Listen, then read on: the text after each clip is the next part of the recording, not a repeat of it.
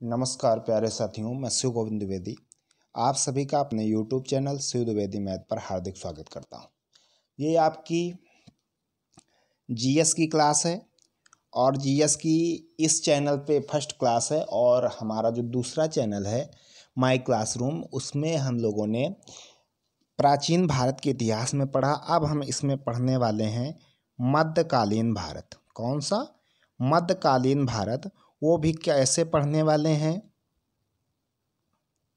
वो भी हम पढ़ने वाले हैं क्वेश्चन बेस। किस बेस? Question base. तो पहला क्वेश्चन क्या है? पहला क्वेश्चन कह रहा है कुतुब मीनार किस प्रसिद्ध शासक ने पूरा किया था? तो कुतुब मीनार इल्तुतमिश ने किया था। किसने किया था? पूरा किया था इल्तुतमिश ने। और बनवाया किसने था? कुतुबुद्दीन ऐबक ने। किसने बनवाया था? कुतुबुद्दीन ऐबक ने। कुतुब मीनार आई है तो इसके बारे में जान लेते हैं। आपकी जो कुतुब मीनार है, कुतुब मीनार जो आपकी है ये दिल्ली में स्थित है। कहाँ है? ये आपकी दिल्ली में है और ये यूनेस्को विश्व धरोहर स्थल में भी शामिल है। ये ईंट से बनी विश्व की सबसे ऊंची मीनार है। इसकी ऊंचाई 72.5 मीटर है। कितनी है? 72.5 मीटर। इसकी ऊंचाई है 72.5 मीटर। 72.5 मीटर है इसकी ऊंचाई। ठीक है, ये आप लोग ध्यान रखेंगे। इसका नीचे जो व्यास है वो है 14.3 मीटर और ऊपर जाते जाते इसका व्यास हो गया है 2.75 मीटर, क्योंकि पहले नीचे ऐसी थी, ऐसी। ठीक है, ये व्यास ऊपर कम होता चला गया तो नीचे है 14.3 मीटर, ऊपर है 2.75 मीटर। ये आप लोग अतिरिक्त रूप से याद रखेंगे। अगला क्वेश्चन कह रहा है लाख बख्श की उपाधि किस शासक को दी गई? तो ये दी गई है कुतुबुद्दीन ऐबक को। ये किसको दी गई है? कुतुबुद्दीन ऐबक को दी गई है। इसको क्यों दी गई है लाख बख्श की उपाधि कुतुबुद्दीन ऐबक को? लाख बख्श की उपाधि कुतुबुद्दीन ऐबक को इस वजह से दी गई है, इसकी उदारता दानी प्रवृत्ति के कारण। उदारता और दानी प्रवृत्ति के कारण, दानी प्रवृत्ति के कारण इसको लाख बख्श के नाम से बोला गया है, उपाधि दी गई है। ठीक है, ये लाख बख्श का शाब्दिक अर्थ होता है लाखों का दान देने वाला। ठीक है, आगे बढ़ते हैं। अगला क्वेश्चन निम्नलिखित में से वह दिल्ली का सुल्तान कौन था जिसकी मृत्यु पोलो खेलते हुई थी? वो था कुतुबुद्दीन ऐबक। कौन था? कुतुबुद्दीन ऐबक। जब ये पोलो खेल रहा था, ठीक है, ये जो कुतुबुद्दीन ऐबक था ये मोहम्मद गौरी का क्या था? गुलाम था। कौन था? मोहम्मद गौरी का गुलाम। मोहम्मद गौरी का ये गुलाम था। और इसने क्या किया? ये इसकी मौत ऐसे हुई पोलो खेलते हुए 1210 ईस्वी में। कब? 1210 ईस्वी में घोड़े से गिरकर एक दुर्घटना में इसकी मृत्यु हो गई। इसने मात्र 4 वर्ष शासन किया, 1206 से 1210 ईस्वी तक। 1206 से 1210 ईस्वी तक इसने मात्र शासन कर पाया। ठीक है, आगे बढ़ते हैं। उत्तरी भारत की प्रथम मुस्लिम महिला शासक थी रजिया सुल्तान। ठीक है, रजिया सुल्तान ये कौन थी? ये रजिया सुल्तान इल्तुतमिश की पुत्री थी। इल्तुतमिश की पुत्री थी कौन? रजिया सुल्तान। ठीक है, और ये पर्दा प्रथा त्याग कर पुरुषों की तरह खुले मुंह दरबार जाती थी। इसने 1236 से 1240 तक राज्य किया। ये आप लोग ध्यान रखेंगे। आगे बढ़ते हैं। मोहम्मद गौरी विजित प्रदेशों की देखभाल के लिए, मोहम्मद गौरी विजित प्रदेशों की देखभाल के लिए निम्नलिखित में से किस विश्वसनीय जनरल को छोड़कर गया था? तो वो गया था कुतुबुद्दीन ऐबक। ये मोहम्मद गौरी, मैंने पहले बताया कि मोहम्मद गौरी का कुतुबुद्दीन ऐबक क्या था? गुलाम था। क्या था? गुलाम था। ये आप लोग ध्यान रखेंगे।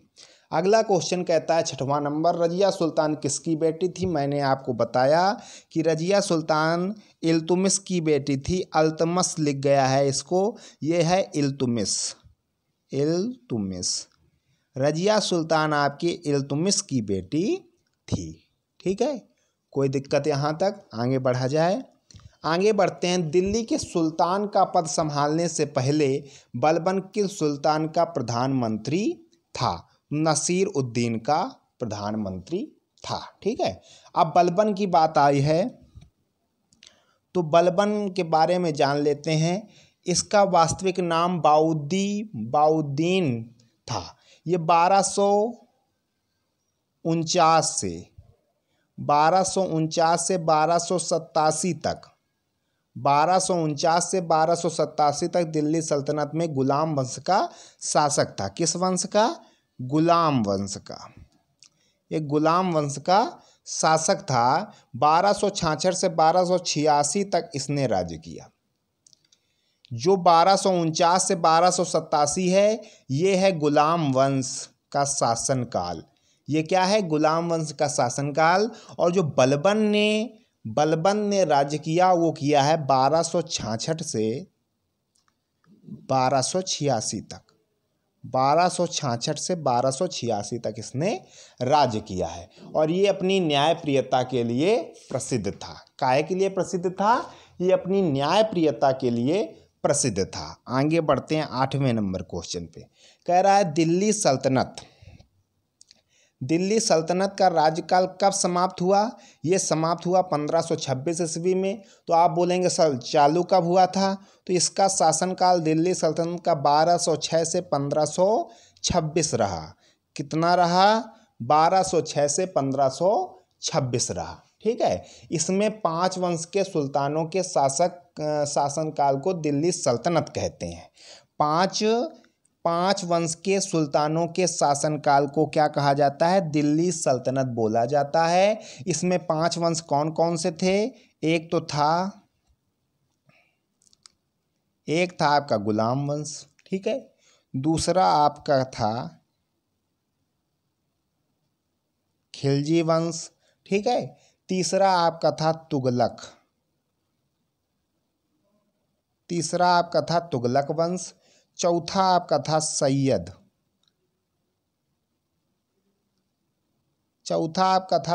वंश। और 5वां था लोदी वंश। 5वां कौन सा? लोदी वंश। तो भाई जो 5 वंश के सुल्तानों के शासन काल को दिल्ली सल्तनत बोला जाता है, वो 5 वंश कौन कौन से थे? गुलाम वंश थे, खिलजी, तुगलक, सैयद और लोदी। यहाँ पे जो आपकी होती है ट्रिक वाली क्लास, जीएस की ट्रिक वाली क्लास, तो जीएस की ट्रिक वाली क्लास में आप देखेंगे जाकर तो इसकी आपको एक ट्रिक दी गई है, वहाँ से आप देख लेंगे। क्लियर? आगे बढ़ते हैं। अगला क्वेश्चन है, कह रहा है निम्नलिखित में से किसको शक्तिशाली सैन्य बलों के एक समूह चिहालगनी के विनाश का श्रेय दिया गया था? ठीक है, तो ये दिया गया था बलबन को। किसको दिया गया था? बलबन को दिया गया था। चिहालगनी है क्या? गुलाम वंश के दूसरे बादशाह इल्तुमिश, गुलाम वंश का दूसरा जो बादशाह था इल्तुमिश, जिसका शासनकाल 1211 से 1236 था। ये दूसरा शासक था किसका? गुलाम वंश का। ये दूसरा शासक था गुलाम वंश का। 1211 से 1236 द्वारा बनाया गया 40 तुर्क सरदारों का दल था। ये क्या था? चिहालगनी। ये गुलाम वंश के द्वितीय शासक दूसरे शासक इल्तुमिश का बनाया हुआ 40 तुर्क सरदारों का एक दल था। 40, जिसमें लोग कितने थे? 40 थे। ठीक है, ये आप लोग ध्यान रखेंगे। आगे बढ़ते हैं। चंगेज खान ने जलाउद्दीन का पीछा करते हुए किसके शासनकाल में भारत की सीमाओं पर आक्रमण किया? तो वो किया इल्तुमिश के। किसके किया? इल्तुमिश के किया। ठीक है, अब चंगेज खान कौन था? इसने मंगोल साम्राज्य विस्तार में अहम भूमिका निभाई। मंगोल साम्राज्य विस्तार में इसने क्या निभाई, अहम भूमिका निभाई। किसने, चंगेज खान ने। ये बौद्ध धर्म का था। इसने अपनी तलवार की दम से मुस्लिम साम्राज्य को नष्ट कर दिया। मुस्लिम साम्राज्य को संभवतः इसने नष्ट ही कर दिया था, लगभग खत्म कर दिया था। ठीक है, आगे बढ़ते हैं क्वेश्चन की तरफ। दिल्ली के खिलजी सुल्तान थे, दिल्ली के जो खिलजी सुल्तान थे वो कौन थे, तुर्क थे। कौन थे, तुर्क थे। आगे बढ़ते हैं। मदुरई तक सफलतापूर्वक बढ़ने वाला दिल्ली का जनरल कौन था, तो वो था आपका मालिक कफूर। मालिक कफूर था जिसने मदुरई तक सफलतापूर्वक बढ़ने वाला दिल्ली का जनरल था। अब इसमें आया है खिजर खां, तो खिजर खां था कौन, खिजर खां जो था तुगलक वंश की समाप्ति के बाद दिल्ली सल्तनत की बागडोर खिजर खां के पास था। ये सैयद वंश का संस्थापक था। किसका था, ये सैयद वंश का संस्थापक था। कौन, खिजर खां सैयद वंश का संस्थापक था। ये स्वयं को इस्लाम धर्म के संस्थापक मोहम्मद पैगंबर साहब का वंशज मानता था। आगे बढ़ते हैं 13 नंबर क्वेश्चन। कह रहा है स्वयं को दूसरा सिकंदर कहने वाला, सिकंदर ये सानी कहने वाला सुल्तान था, वो कौन था, अलाउद्दीन खिलजी था। कौन था, अलाउद्दीन खिलजी था। अब अलाउद्दीन खिलजी आया तो इनके बारे में जान लेते हैं। अलाउद्दीन खिलजी खिलजी वंश का दूसरा शासक था। कौन था, ये खिलजी वंश का द्वितीय शासक था। द्वितीय शासक था और इतना बड़ा इसने साम्राज्य स्थापित किया था कि अगले 300 साल तक कोई नहीं कर पाया। ठीक है, आगे बढ़ते हैं।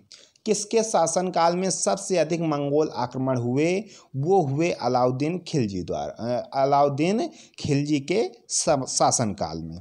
आगे बढ़ते हैं 15 नंबर क्वेश्चन। कह रहा है मोहम्मद बिन तुगलक निपुण था, तो ये निपुण था दर्शन में, ये दर्शन शास्त्र में निपुण था। मोहम्मद बिन तुगलक कौन था, ये तुगलक वंश का शासक था। गयासुद्दीन तुगलक की मृत्यु के बाद उसका पुत्र जूना खां मोहम्मद बिन तुगलक के नाम से दिल्ली की गद्दी पर बैठा। ये गयासुद्दीन तुगलक का पुत्र था और इसका मूल नाम उलूग खां था। क्या था, इसका मूल नाम उलूग खां था। ये आप लोग ध्यान रखेंगे। अगला क्वेश्चन कह रहा है सुल्तान वंश की विशालतम स्थायी सेना जिसका भुगतान सीधा राज्य द्वारा किया जाता था बनाई थी अलाउद्दीन खिलजी ने। सुल्तान वंश आपका जो था इसका शासनकाल 1206 से 1526 ईस्वी, यानी दिल्ली सल्तनत, यानी क्या, दिल्ली सल्तनत।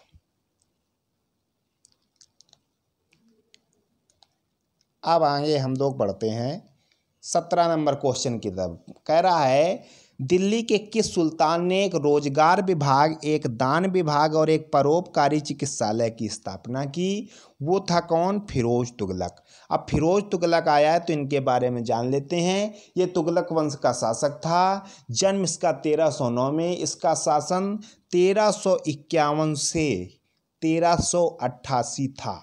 इसका शासनकाल क्या था, 1351 से 1388 ईस्वी था। इसने अपने शासनकाल में चांदी के सिक्के, किसके सिक्के, चांदी के सिक्के, अगर कभी ये पूछ दिया जाए किसने चांदी के सिक्के अपने शासनकाल में प्रारंभ किए, तो वो किया था फिरोज तुगलक ने। आगे बढ़ते हैं हम लोग।